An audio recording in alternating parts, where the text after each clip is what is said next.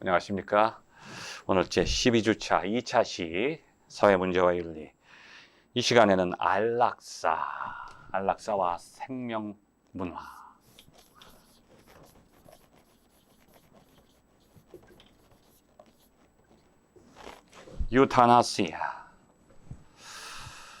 유타나시아. 죽음의 문제죠. 안락사. 오이. 유란 말은 좋단 말이죠. 타나시아는 death. 좋은 죽음.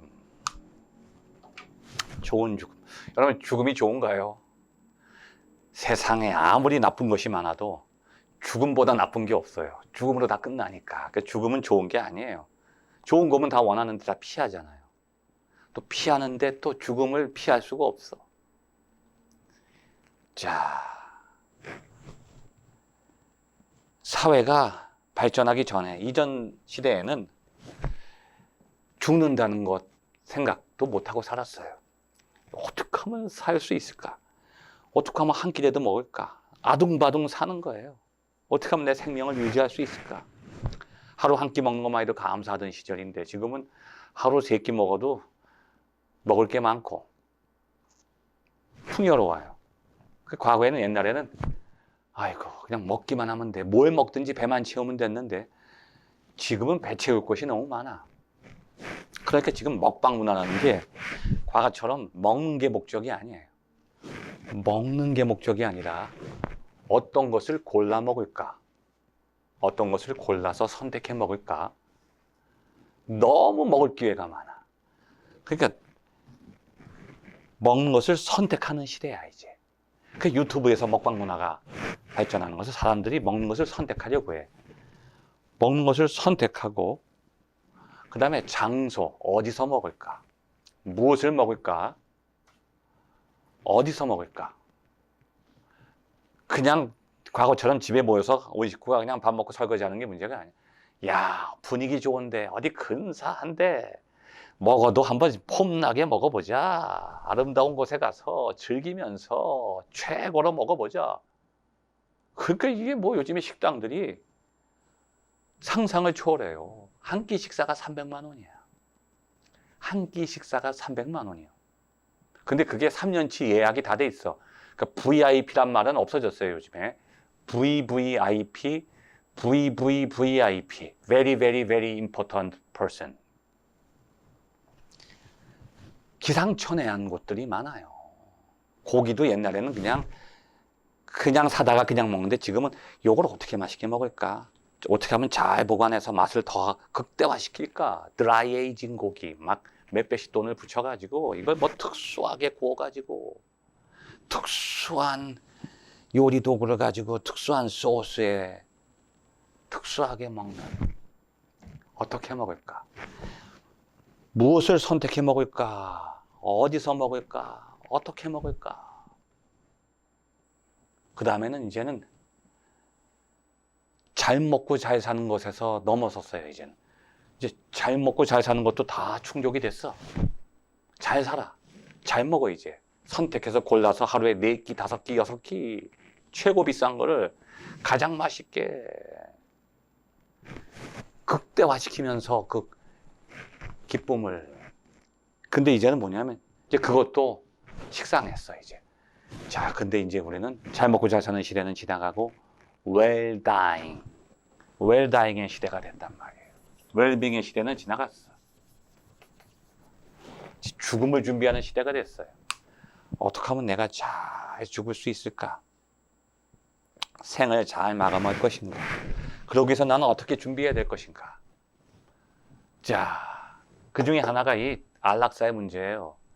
그냥 죽게 되면 죽는 것이 아니라 내가 죽음을 예견하게 됐을 때 그냥 죽는 것보다 좀 내가 편안하게 죽고 싶다. 고통 없이 인간답게 죽는 방법은 또 뭔가, 이런 생각을 하게 된 거예요. 과거에는 상상도 할 수 없는 거예요. 그냥 내가 죽게 되면 죽는 거죠. 근데 지금은 죽게 되면 죽는 게 아니야. 내가 죽음을 선택하는 거야, 이제는. 나는요, 한 달 있다 죽는다고 하니까 그때까지 고통스러워서 못 참겠어요. 그게 좀 편안하게 죽게 도와주세요. 자기가 죽음을 앞당길 수도 있는 거예요. 또 죽음을 연장할 수도 있어. 나는 한 달 죽는다고 하는데, 한 달 있으면 죽는데, 의료기술을 통해서 좀 나를 1년 동안 연장시켜 주세요. 죽음을 또 연장하네. 이런 시대, 우리의 시대가 바로 well dying 시대란 말이에요. 그 중에 결정적인 문제 중에 하나가 안락사. 안락사. 사람이 어떤 때는 죽음의 고통을 느낄 때가 많이 있죠. 죽음이 두려운 거예요. 근데 죽는 것도 고통스럽고 두려운데, 여러분, 왜 자살을 할까요? 왜 자살하는 사람들, 저는 다 두려워요, 자살 자체가. 근데 왜 사람들이 기꺼이 자살을 선택할까요? 지금 대한민국에 1년에 교통사고로 죽는 사람보다 자살하는 사람 숫자가 더 많다는 거예요. 세계 최고예요. 왜 대한민국에 그렇게 자살자가 많을까? 그건 우리의 민족성도 있어요. 굉장히 다혈질이고 예민해. 감수성이 예민해. 그리고 자아에 대한 자아, 성취감, 자존감, 자긍심 이런 것들이 좀 약해. 뭐 그런 원인들도 있지만 왜 자살하냐 하면 죽는 것도 힘들지만 사는 게 더 힘들어. 살아서 죽음의 고통을 맛보는 사람들 많아요.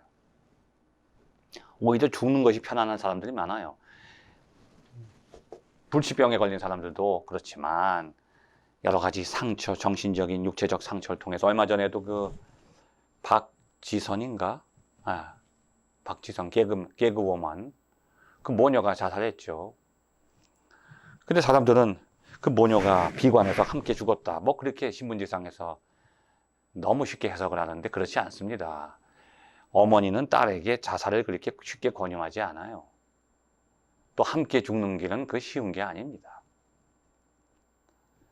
제가 그 상황을 깊이 분석해 보니까 딸이 비관해서 이미 자살을 한 거예요. 그런데 어머니가 딸 집에 와보니까 딸이 이미 죽어 있는 것을 보고 어머니가 도저히 삶에 희망이 없는 거예요. 왜? 차라리 죽는 게 낫지 딸의 죽음을 겪은 이후에 살 자신이 없어. 왜? 살아서 죽음보다 더 큰 고통을 맛보기 때문에 어머니에게 자식의 죽음은 자신의 죽음보다 더 큰 고통이에요. 그래서 어머니도 자살하는 거죠. 그래서 안락사라고 하는 의미 속에는 죽음보다 더 큰 고통, 물론 본인이 그걸 느끼는 거지만 죽음보다 더 큰 고통 속에서 죽음을 선택하는 길이 안락사의 길이다.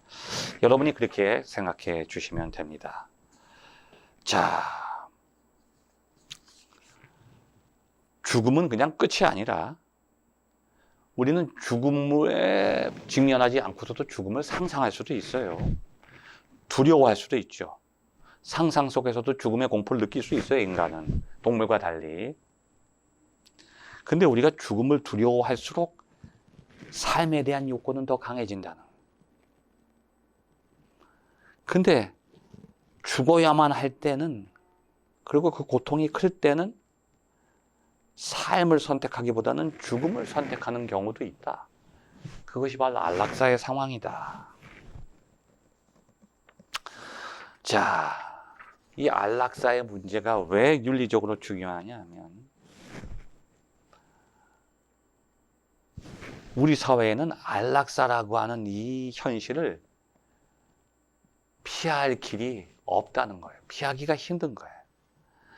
우리 가족 중에 아니면 나 자신이 아니면 먼 친척들이 이런 상황을 반드시 부딪히게 돼 있어요. 난 아니고 우리 가족이 아니더라도 누군가에 대해서 우리가 소식을 듣게 되는데 과연 내가 아니면 내 가까운 사랑하는 사람이 이 상황 속에 있다고 할 때 우리는 어떤 선택을 해야 되느냐?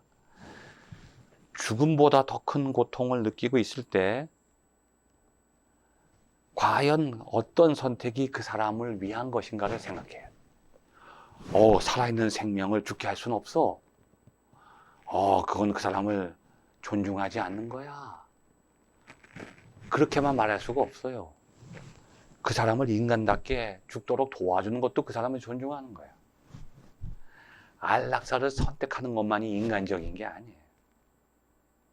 비인간적인 게 아니에요. 안락사를 선택하면 비인간적이다. 잔인하다. 그럼 안락사를 지키지 않는 것은 더 잔인할 수가 있어요. 왜냐하면 이미 죽음이 임박해 있는데 끝까지 그 고통을 느끼면서 죽어가게 하는 것이 과연 바람직한가, 이런 얘기가 나오는 거죠. 자, 이 안락사라고 하는 것은 사실은 과거에는 이런 문제가 없었어요. 50년 전만 해도 자연적으로 죽을 사람은 죽고 살 사람은 살아요. 그런데 이 의학기술, 생명과학이 너무 발전하니까 산 사람도 죽게 할 수도 있지만 죽을 사람도 안 죽게 할 수도 있어. 저도 지금 심장에 스텐트가 4개 들어가 있는데 지금 있는지도 몰라요. 이 기술이 없었으면 벌써 저는 4년 전에, 3년 전에 이 세상 사람이 아니에요. 이 기술 덕분에 생명을 연장한 거예요. 저뿐이 아니에요. 이건희 회장이 6년 동안인가를 거의 식물인간처럼 살아왔는데 생명과학 기술에 의해서 이미 심근경색이 온 사람을 지금까지 생존시켰던 거죠. 이 생명과학 기술을 통해서 이 안락사라고 하는 문제가 생겨나게 된 거죠. 자, 우리는 안락사를 대한민국에서는 법적으로 인정할까요? 아니면 금지할까요? 우선 이걸 생각해 봐야 돼요. 대한민국은 안락사라고 하는 것을 법적으로는 금지하고 있어요. 그런데 모든 사례를 다 금지하는 게 아니라 한 가지 경우는 인정한다는 거죠. 또 우리 기독교도 마찬가지예요. 기독교에서 생명의 주인은 하나님이야. 아직 살아있는 생명을 끊으면 안 돼. 그건 성경에 위배되고 하나님의 뜻이 아니야. 물론 그렇게 얘기할 수도 있죠. 근데 그러한 길만이 성서적인 길이 아니다. 왜냐하면 살아있는 사람이 죽으려고 하는 것도 하나님 앞에 우리가 이건 잘못된 것이죠. 아직 하나님이 나에게 생명을 보존시켜 주셨는데 스스로 자살해. 이것도 문제야. 근데 또 다른 경우는 하나님이 나를 부르시는 거야. 아무개야, 내가 너를 다시 내 곁으로 부른다. 어서 와라 하는데 못 가요. 나 못 죽어. 죽음을 거부하는 것도 이건 하나님 앞에 올바른 길이 아니에요. 자, 이제 우리가 이것을 한번 먼저 의학적으로 분석해보고 그 다음에 성서적으로 분석을 해보겠습니다. 먼저 의학적으로 분석하는 건 뭐냐 하면 안락사라는 것이 한 가지가 아니에요. 안락사의 그 구조는 6가지로 나눠져요. 자, 크게 환자의 동의. 첫 번째 기준이 환자가 동의했느냐 하지 않았느냐. 두 번째는 행위 주체가 누구냐. 그 다음에 그 환자의 죽음을 야기한 수단이 무엇이냐. 자, 환자의 동의 여부에 따라서 안락사가 둘로 나눠집니다. 자의적 안락사와 반자의적 안락사. 자의적 안락사와 반자의적 안락사. 이거 시험 문제 나오기도 좋죠. 자의적 안락사와 반자의적 안락사. 그 다음 행위 주체는 뭐냐? 안락사라고 하는 행위를 실행한 주체가 의사일 경우에는 수동적 안락사. 환자 입장에서는 수동적이죠. 그 다음에 안락사의 행위를 실시한 주체가 환자일 경우에는 능동적 안락사. 그 다음에 안락사를 시도하는 그 도구가, 매개체가 직접적이냐 간접적이냐에 따라서 직접적 안락사와 간접적 안락사. 이게 무슨 내용인가 하면 의사가 독극물을 주입하는 것과 생명 연장장치의 그 타이머를 켜는 것은 달라요. 생명 연장장치의 타이머를 가서 켜야 생명 연장장치가 작동을 해서 생명이 연장되는데 가서 켜지 않으면 연장이 안 되잖아요. 죽잖아요. 자, 그거하고 내가 독극물을 주입하는 거하고는 달라요. 왜냐하면 독극물을 딱 주입하면 즉시 죽어요. 근데 생명 연장 장치를 키지 않으면 즉시 죽는 게 아니라 서서히 이제 죽어가죠. 이것은 윤리적으로 전혀 달라요. 내가 어떤 행위를 직접 해서 그 결과로 죽는 경우하고 내가 하지 않아서 그 결과로 죽는 것은 천지 차이입니다. 자, 이거 제가 또 이제 설명을 구체적으로 또 해드릴게요.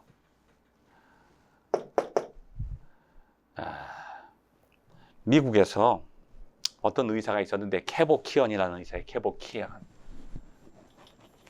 캐보키언.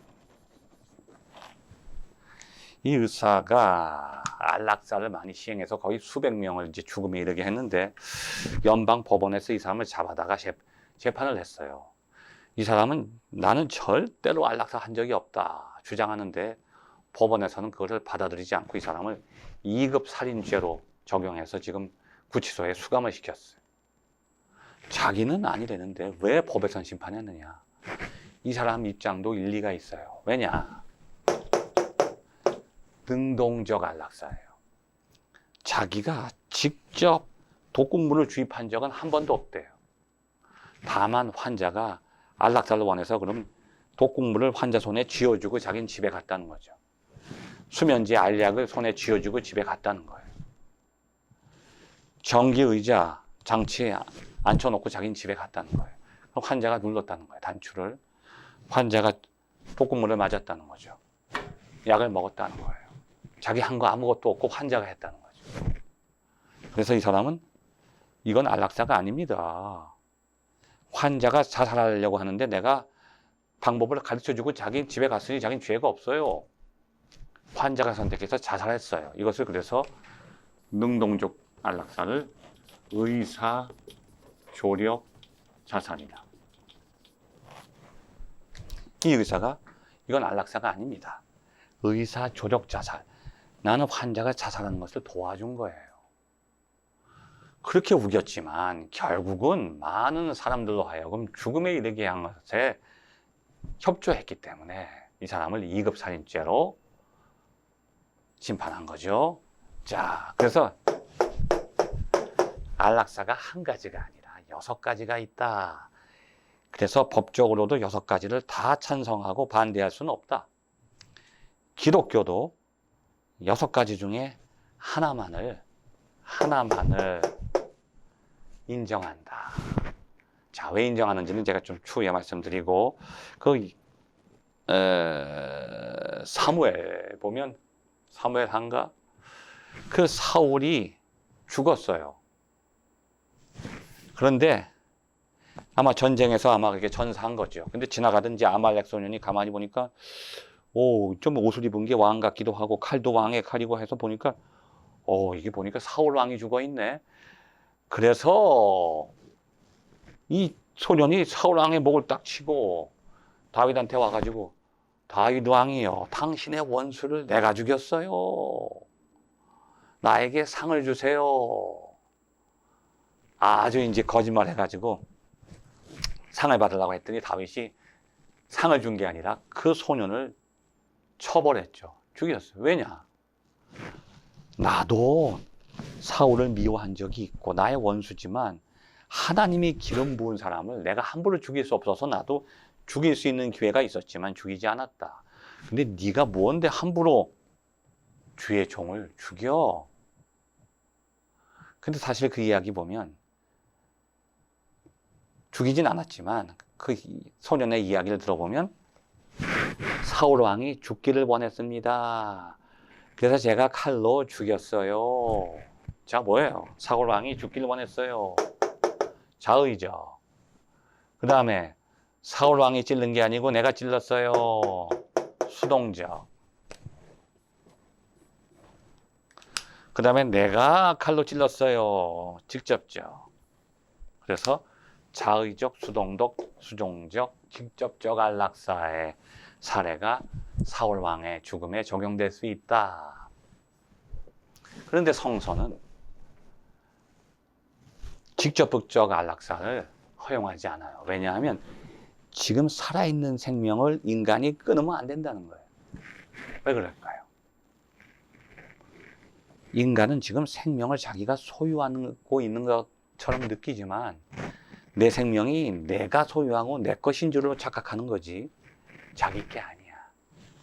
왜냐하면 어떤 인간도 자신의 생명을 만들 수가 없어.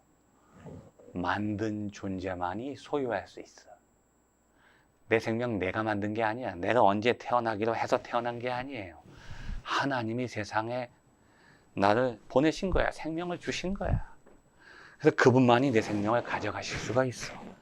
그래서 내 생명의 주인은 내가 아니다. 내가 아니고 하나님이다. 인간의 생명의 주인은 하나님이다. 그래서 인간이 스스로 직접적 안락사를 선택하는 것은 자기가 생명의 주인이 되려고 하는 거예요. 교만이에요. 그러면 성서는 무조건 안락사를 부인하느냐? 이 6가지 중에 성서가 인정하는 하나의 길이 뭐냐? 자의적, 수동적, 간접적. 자의적, 수동적, 간접적.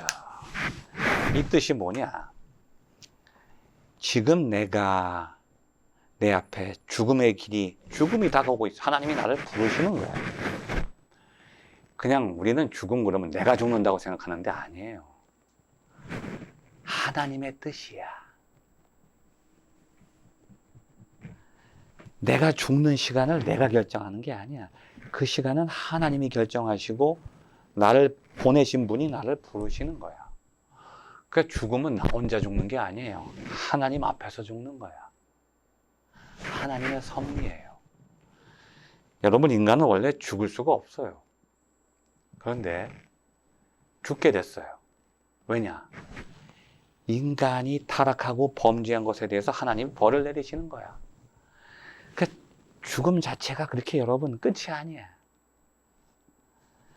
죽음을 통해서 우리는 하나님의 진노를 느껴. 우리의 죄에 대한 하나님의 진노지. 그냥 죽음이 끝이 아니에요. 그냥 죽으면 된다. 그럼 얼마나 좋아. 하나님 앞에 죄를 졌지만 죽음으로 다 끝난다면 죽는 게 편안하지. 안 돼요. 인간을 향한 하나님의 진노는 영원해. 그 영원한 진노의 상징이 지옥이야. 지옥은 끝나는 게 아니야. 영원한 거예요. 그런데 진노만 영원한 게 아니라 인간을 향한 하나님의 사랑도 영원해. 그 사랑 앞에서 죽을 수 없단 말이지. 그래서 육체적으로 인간은 죽는 존재지만 영적으로는 안 죽어요. 왜? 하나님 앞에서 죽을 수가 없어. 하나님의 타오르는 진노 앞에서 죽을 수 없단 말이에요.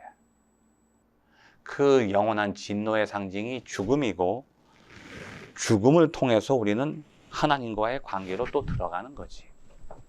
그래서 죽음이라는 것은 나를 부르시는 하나님의 부르심이에요. 그럼 자연적으로 내가 죽게 된다고 하는 것은 나의 뜻이 아니야. 하나님의 뜻이고 하나님이 나를 부르시는 거야. 그럼 어떻게 해야 돼? 아멘. 아멘. 내가 못해서 적신을 놓았은즉 또한 적신이 그리도 돌아갈지라. 나에게 생명을 주신 자도 여호와시요 내 생명을 취하신 자도 여호와시니 여호와의 찬송을 받으실지어다. 찬송하면서 가는 거예요. 요즘에 기독교에서 그런 얘기 하잖아요. 장례식이란 말 안 쓰잖아요. 천국 환송식. 어떤 기독교인들은 장례식이란 말을 안 써. 천국 환송식. 아멘 하고 하나님께 가는 거예요. 근데 어떤 사람이 나 못 가. 생명 연장 장치 붙여. 나 안 죽어. 이게 뭐예요? 하나님의 주권 앞에 내 생명 내 거야. 하나님 거 아니야.